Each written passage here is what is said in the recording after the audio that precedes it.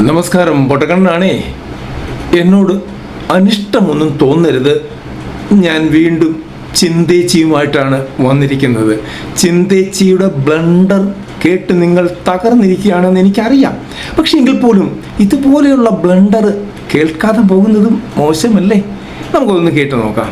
കേരളത്തിലെ കലാലയങ്ങൾ, ഈ കലാലയത്തിൽ പോയിട്ടാണ് ഇമാതിരി പരിപാടി വഴക്കൊല തേങ്ങാക്കൊലയൊക്കെ ചെയ്തു വെച്ചത്.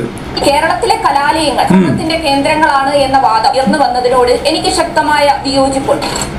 കേരളത്തിലെ കലാലയങ്ങൾ അക്രമങ്ങളുടെ കേന്ദ്രമാണ് എന്ന് ഉയർന്നു വന്നതിനോട് എനിക്ക് ശക്തമായ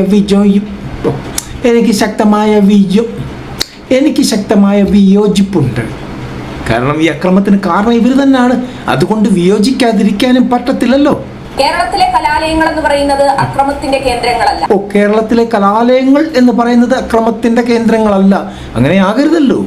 അക്രമത്തിന് വേണ്ടി അല്ലല്ലോ അങ്ങോട്ട് കുട്ടികളെ പറഞ്ഞു വിടുന്നത്. കേരളത്തിലെ കലാലയങ്ങൾ എന്ന് പറയുന്നത് സർഗാത്മകതയുടെ ഇടങ്ങളാണ്.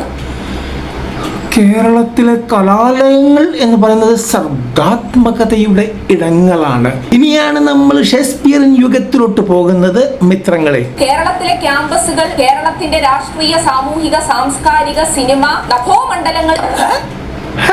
എന്തുട്ടാ പറഞ്ഞത്?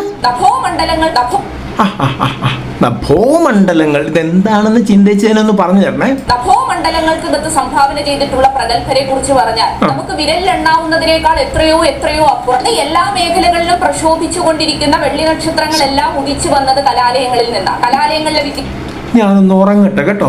കലാലയങ്ങൾക്കകത്ത് വിദ്യാർത്ഥികളുടെ ആശയങ്ങൾ തമ്മിലുള്ള സംഘർഷമുണ്ടായി പുതിയ ചിന്തകളുടെ തീജ്വാലകളാണ് ഉണ്ടാകേണ്ടതെന്നുള്ള കാര്യത്തിൽ യാതൊരു സംശയവുമില്ല.